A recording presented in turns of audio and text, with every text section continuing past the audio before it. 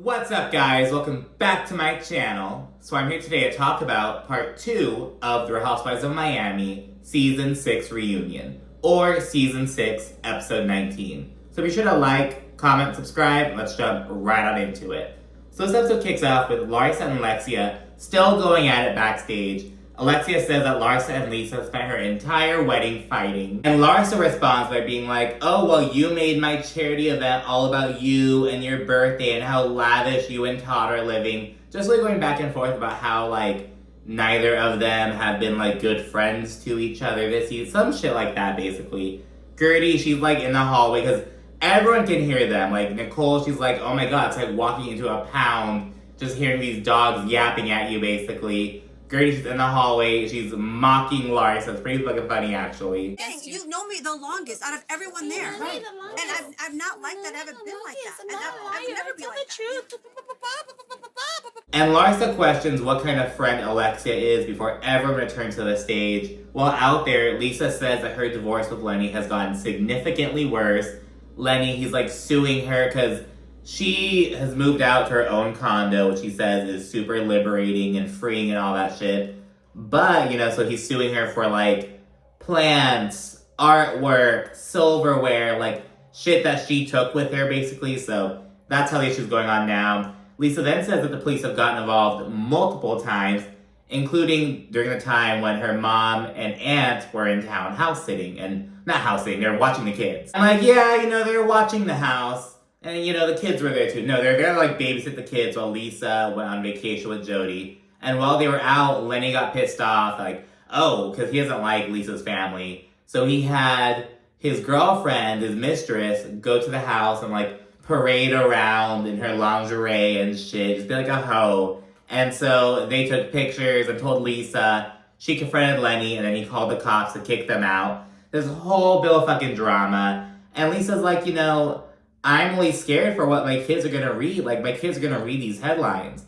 And she says that she actually suspects that Logan does read these headlines.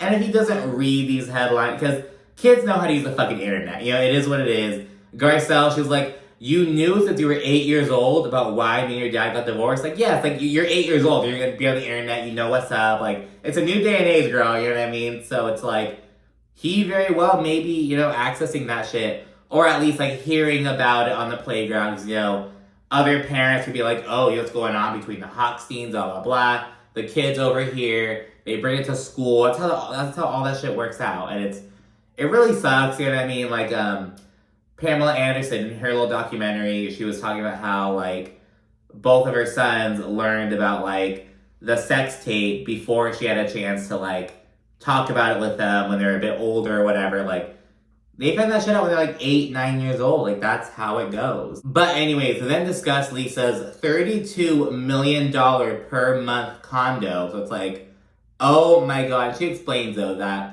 when she was house hunting and whatever, she was looking like in, you know, like South Miami Beach, like other places a bit like an hour away from Star Island. But because of her marriage settlement agreement, Lisa has to like live within a certain radius of Star Island of like the main family home, essentially. So she's like, I had to get into this bougie ass fucking condo, which of course Jody is contributing to. I think I read something that like Lenny's paying for half and Jody's paying for half. I don't know how true that is. And she says that, you know, Lenny legally has to build a home for her and the kids. It's this beautiful beachfront property, blah, blah, blah. And it's like, okay, he has to build a home. I guarantee that motherfucker is trying to fucking cut corners, trying to make it as cheap as possible, you know what I mean? But I'll be a good fucking housing inspector, Lisa. That's all I'm gonna fucking say. And interestingly, this home is not gonna be in Lisa's name. It's in the kid's name. And she can have Jody there, but if she gets married, she can no longer live there. And Lisa's like, but it's okay, I'm in no rush to get married. I call bullshit on that. You got with Jody so fucking quick after leaving Lenny, and now you're gonna say, I'm in no rush to get married. Girl, you're in a rush to fucking date, so why would I think you're not in a rush? You know what I mean? So yeah, and I'm kind of like, she's kind of framing like, oh, it's like, I'm so good, like, I'll do my own thing, I'm getting out, blah, blah, blah. But it's like, in order to live in that home, you cannot get married. And yeah, you know, you can have your man over, blah, blah, blah, and like, do your thing. but Lenny still has that control over you. You can't get married. And it's like, oh my gosh. It's kind of reminding me of how, Luann de Lesseps, like, she was able to, like, retain the Countess title unless she remarried. But she still fucking remarried, and she remarried this fucking slut, and she wound up leaving him because he cheated on her, all this shit. But yeah, but she's still a countess, but it's like kind of like that they have that one little bit of control over you. But Lisa's just gonna have to decide whether she wants to prioritize, pursuing marriage again in the future, or just hold off for the sake of living in this home. Andy then brings up that quick little Palm Beach trip they made. It was Lisa's trip. She was going up to see, like, to work on her perfume, which we haven't gotten an update on. Hopefully get an update in part 3, or not, whatever. But anyways, Andy brings up how it seemed like everyone was just gunning for Lisa. And Gertie, who was one of the ones who was, like, going after Lisa. It was mostly Gertie, Alexia, and Julia at that table. It's really, like, interrogating her. Gertie admits, watching it back, it came off wrong. It was not supposed to be that way. That was not their intention, yada, yada, yada. And Lisa says, you guys could have all come to me individually and not handled it at this fucking thing that's like, because it was like, at that time, Lisa was like, oh, this is me doing my own thing.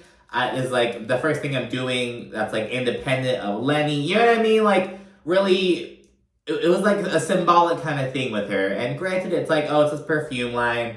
We don't know, like, the status of it. But it's like, it's the first thing that she's doing. It was big for Lisa. And she feels like that was just like a big old rain cloud on it. It, like, shat on the situation, basically. But Alexia's like, Lisa, you're just so sensitive. And you take everything personally when we had good intentions. And Gertie's like, Lisa, you're just so wrapped up.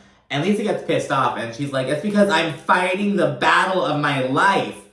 And Alexia's like, and so is she. And so is Gertie. It's kind of like pointing out that, no, Gertie really is. And Gertie's like, yeah, I was fighting cancer. Like, that is a life and death battle. You are going through a divorce, fighting over finances and shit. Kiki also kind of shuts that down. But Lisa gets really pissed off. And she's like, don't diminish what I was fighting about. Don't diminish what I was fighting about. I was fighting about my kids. You're talking about finances? I was talking about my kids! And Gertie says that Lisa's kids are healthy and alive. And it was like, okay. I do think that, this season was very much dominated by, the divorce stuff, when a lot more focus could have been given to Gertie. But, we did also touch on, the very emotional scenes, like the highlights of it, like her shaving her head, going through the chemo. And it did play a role in some of the drama and storylines between Gertie and Larsa, and then there's some, like, pour over and everything.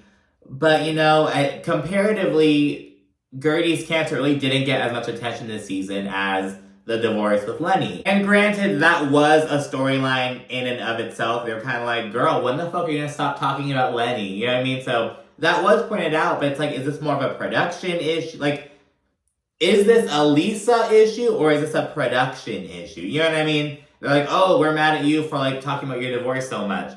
I mean, that's pretty much occupying all my fucking life. We're on a reality show. We're supposed to share our lives.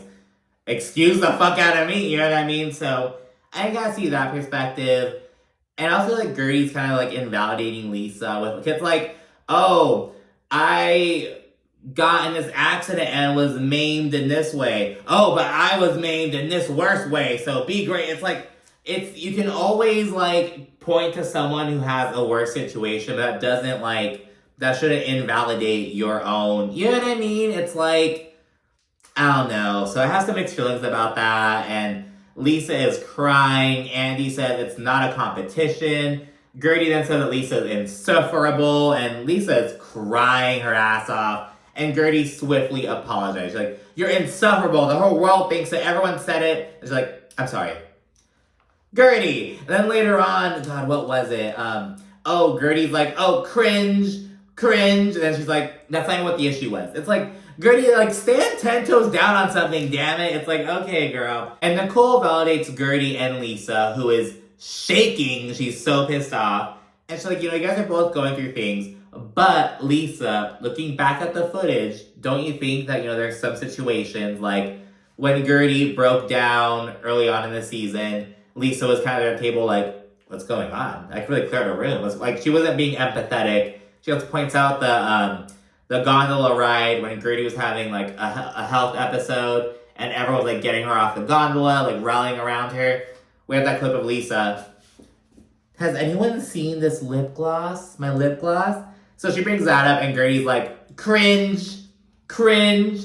And Lisa's like, well, hold on. Yes, I was looking for my lip gloss, but I was looking for a lot of people's shit because everyone left their shit because they're in such a hurry to help Gertie. But, you know, they're on a gondola ride. It's going to fucking bounce with leaving your shit on the bus. So she was like getting everyone's stuff, including some shit for Gertie. And Lisa's like, and you texted me the next day and thanked me for getting you that shit. And after Gertie's like, that's not even what the issue's about. And it's like, girl, what are you? It's like, Gertie.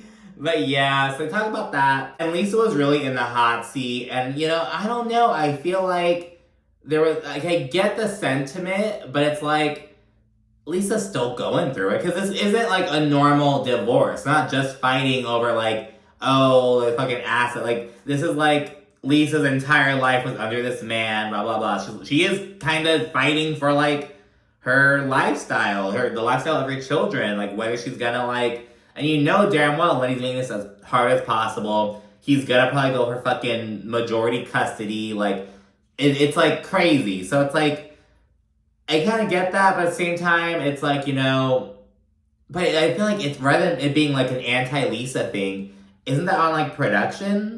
I mean, I don't know, girl. Anyways, Andy then segues to Ana Quincoces and the Mamacita luncheon, and Marysol explains why she was so upset. And she says, you know, she was really excited for it because Mother's Day is always really hard for her because her mother, who she was very, very close to, she passed away on Mother's Day. And she brings that up. Marysol's very emotional and angry, especially at Adriana. She's like, Nicole didn't really know that, but Adriana did, and that's why I feel like it was so nasty and calculated and meticulous of Adriana to, like, bring this nasty person who I dislike so much on Mother's Day when she knows the significance of that to me. And Adriana, she's like, oh, it wasn't real Mother's Day. It wasn't on real Mother's Day. It wasn't real. She keeps repeating it over and over again. She's like, you're lying. It's not on real Mother's Day. And Andy is fed the fuck up. He's like, I heard you the first 8 times. And then Adriana's like, fine. Adriana is so annoying. Because again, it's like so irritating. Alexia's getting pissed off. She's like, it's a luncheon that's symbolic of Mother's Day. It's a Mother's Day luncheon. It doesn't matter if it's not on fucking Mother's Day. You know what I mean? It's like, it's celebrating Mother's Day. And, you know, Marysol is crying and she opens up about how, you know, it was also symbolic because she was like, oh, it's me and Nicole. We're moving forward. I'm a stepmom. This is all really new for me. And I'm being included in this Mother's Day brunch. And she gets really emotional. And Adriana, crocodile tears. And everyone is just like so anti-Adriana right now. Kiki, she's comforting Marysol. And she's like, Adriana, come on. Like, what the fuck? Nicole, she actually, like, scoots like an inch, like not an inch, like a half inch further away from Adriana as this is happening. Just kind of like very subtle, just like, oh girl, like you're on your own with this. I have to sit next to you, but like, what the fuck are you doing? And yeah, it's just so nasty of her. Adriana just gets so nasty sometimes. But anyways, a viewer then questions whether Nicole was truly 100% in the dark about Anna's intentions with coming to the party, basically. But Nicole says that, you know, according to Anna, she's gotten good terms with Alexia and Marysol and everyone else during COVID. Because apparently there was this fundraiser, they all got together and, like, made peace. And Alexia confirms, yes, that did happen, but that was during COVID. Just last year at the reunion, you brought up, how Anna reached out to you and she was saying all this stuff. But yeah, Nicole's just like, I thought everything was good, so you know, who knows. Nicole then says that Alexia has a hard-on for her and just needs to fucking go spank one out, basically. Before bringing up that she and Marysol were actually, like, on good terms after the Mamacita luncheon. And she shows a video of her and Marysol, like, fucking hanging out and everything. So she's confused about why Marysol excluded her from a later event. But we don't really dive into that. It's just kind of like, Marysol's kind of like, I mean, I was drinking. We're on good vibes. I thought we were hanging out in Lisa's car, like whatever. Adriana says that she feels bad for Nicole because she really took the heat for what was Adriana's doing. So she gives her this fucking rose. One of those fucking cheap roses you can buy at the fucking clubs and shit. And she apologizes to Alexia. And then Andy brings up the issue between Julia and Lisa that came up at the Mamacita lunch. And it's because Julia said, oh, you know, I was surprised that you came to my opera party when, you know, there was such this scene going on at your house, blah, blah, blah. The police were called, which Lisa interpreted as her basically, like, questioning her parenting. Because Julia did say, I wouldn't do that as a mother. But it's kind of like she felt like Julia was mom-shaming her. And in turn, Lisa was like, you have 3 baby daddies. I've never said that. Like, I've never used that against you. And in the moment, Julia didn't hear Lisa say that. Because there was a lot going on. She was raising her voice. Lisa was raising her voice. Others were talking. There was a lot going on. And when she heard that comment, like, on the show, she popped off on Instagram, made this whole message, like, calling Lisa out. And Lisa says that, you know, she and Julia have an open line of communication. They've gone to dinner, they've hung out, and so she was disappointed that she didn't reach out to her personally. But, you know, this insult came on the fucking show in the public eye. I'ma fucking address it in the public eye, too. I get why Julia did that. Like, I don't owe you. You know, like, fuck that shit. And Lisa says that Julia is the one who started it. And Julia's like, Lisa, you are so used to playing the victim that you don't realize when you're actually being the villain. And Lisa has the audacity to tell Julia, I need you to apologize to me. And Julia has the audacity to tell her, no, at this moment, I will not be giving you an apology. And it's like, oh my God. Like, Marysol's like, holy shit. We then dive into Nicole, and she explains why she's kind of hesitant to tie the knot, because she's like, me and Anthony are just so good right now, I don't want to rock the boat. If we do get married, there's gonna be a prenup, that's never a good conversation. You're like fighting about your breakup before it happens. She's like, what's the point? You know, like, I don't need to get married, basically. So it's not on her radar right now. She also addresses her father's passing. It was super unexpected. It was right after BravoCon, and, you know, we'll see a package looking back at the relationship over time. And Nicole says that the show really did force her to, like, address her relationship with her dad. And, like, if she weren't on the show, she would just probably continued brushing it under the rug, not really addressing it. But ever since they had that sit down last year with a therapist, they've been, like, on really good terms. And, she mentions how, you know, before her dad passed, she got to tell him that she was pregnant with a baby girl. And, you know, so it's really sweet. And Nicole actually says, you know, we were in the best place that we could possibly be when he passed away. Like, it was, you know, really sweet. And Nicole also touches on how, you know, she got to meet her dad's girlfriend before he passed away, which is something he really wanted to do. After he passed away, though, she learned that he was paying for her car, paying for a place to live. And Nicole was like, I'm not doing that. He didn't leave, like, a will or a trust or anything. So she's like, you're on your own, girl. And so things obviously soured after that. The group then breaks for lunch. And, you know, while they're kind of chit-chatting and whatever, Alexia tells Marysol, you know, I admire Julia, because she was like, I can't apologize unless I mean it. And I love that about her. And speaking of the devil, because we see Julia approach Lisa's dressing room at that point. And, you know, she's very emotional from the get-go. And she says, okay, she caught wind of Lisa's 3 baby daddies comment on Saturday.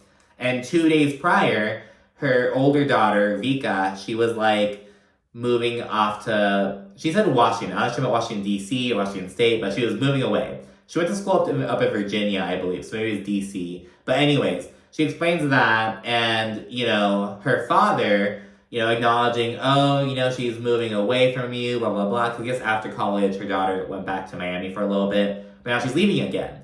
So Julia was, like, really sad about it. So her father, trying to cheer her up and, like, you know, whatever, he sent her a bunch of pictures of Vika when she was a baby, like, well, baby pictures and whatever.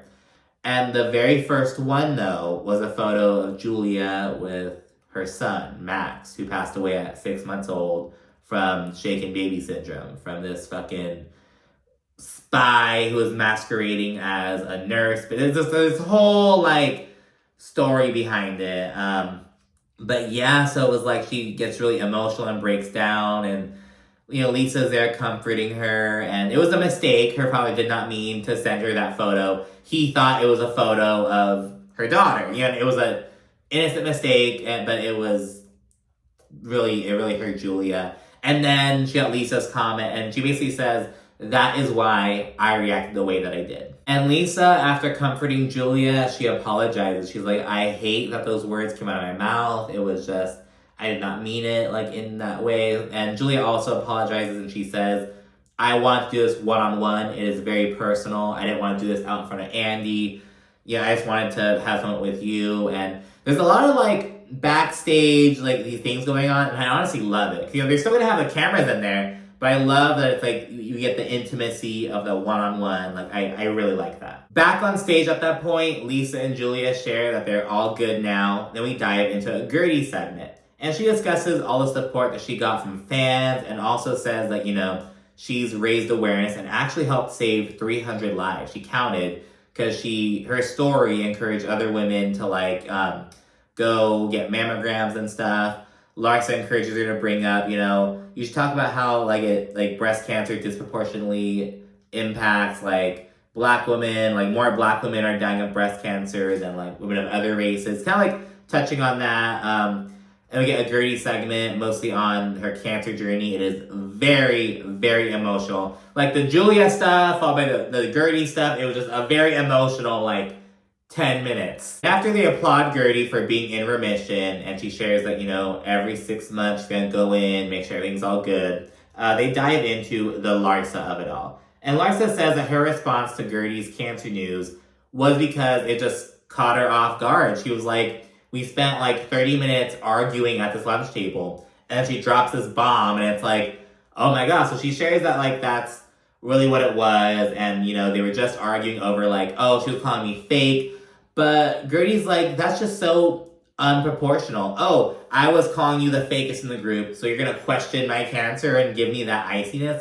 What the fuck? That's so not cool of you. We then get an actual package on their back and forths, and it's mostly centered on how calloused Larsa was at that table when she got the news. She was like, how do you know that? How do you know you have cancer?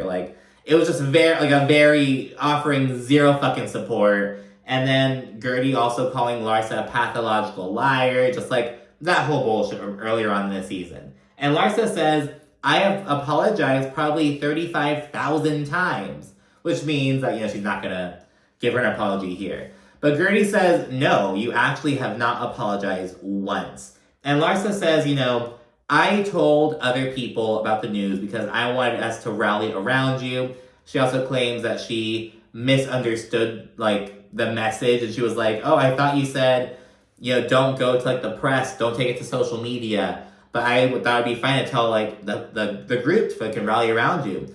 But Gertie's like, no, because you didn't tell my girls. You didn't just tell my friends. You told, because the first people who actually told were those these random girls she had, they weren't even on the fucking show, you know what I mean?